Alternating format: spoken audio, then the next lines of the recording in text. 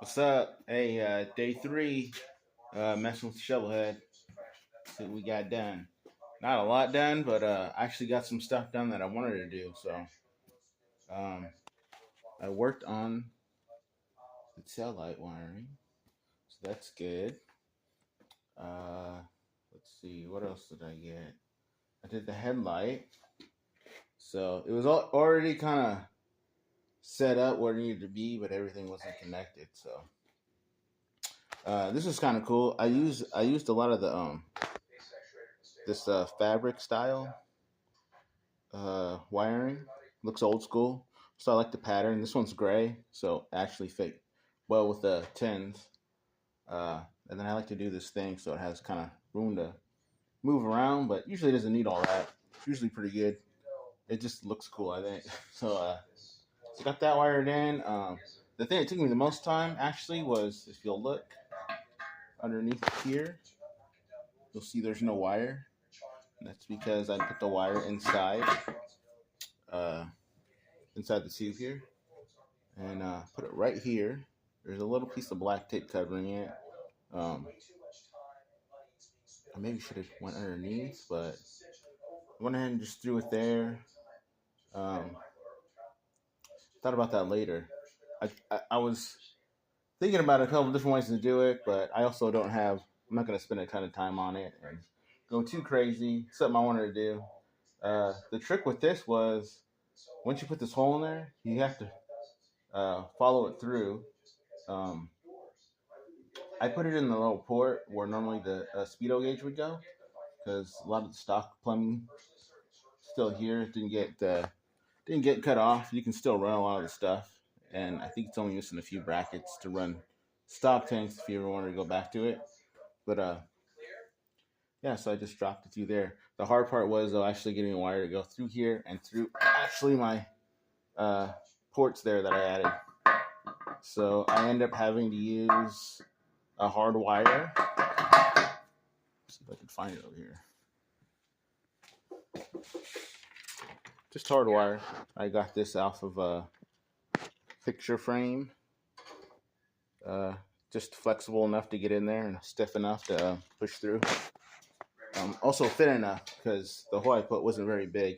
Obviously, you don't want to put too many big holes in your frame. So I thought about though. There's big holes on here, so it will survive as long as you're careful.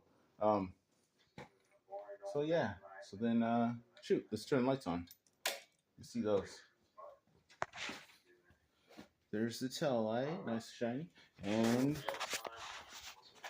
there's the headlight. Run that orange one. So it's kind of a more of a fog lamp, but looks cool. Um, yeah, so that part of the wiring is done. I still need to do, obviously, the ignition's partially wired. It's set up on the key. Um, Using kind of an old battery. The batteries for these kick only bikes are actually really cheap. They're not like regular bikes that are, really expensive. Just because of what they run, I think because they're not very common, you can usually get them pretty cost efficient. So this thing also has fuses that I put in line. I've done bikes before with no fuses, just because they're so simple. Something burns out, I mean, you're literally just swapping a wire, but they're not bad to have.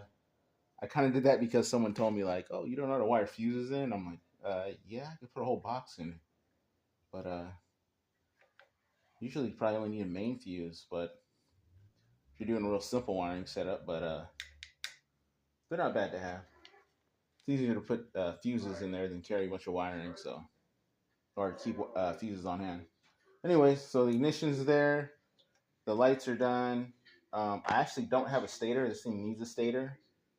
Um, so I have to figure out what I do for that. I kind of want to have this bike set up to where anyone can easily put it back together and do the things that it needs to get back on the road. Sometimes it's when you get a project, the tough part is doing the math and figuring out the puzzle that the last guy left you. So I'm trying to get ahead of that. I have this wire that goes to the coil here. and then I'll have another wire that goes to the other side, but I don't have everything in there right now, so um, gotta go to the ignition setup there. So yeah, I don't have too much wiring. It's a real simple setup. It's funny because when I was in school, I did take one of the small motors programs, and I actually kept the diagram for my kick only first shovel, which I missed that bike. I wish I still had it.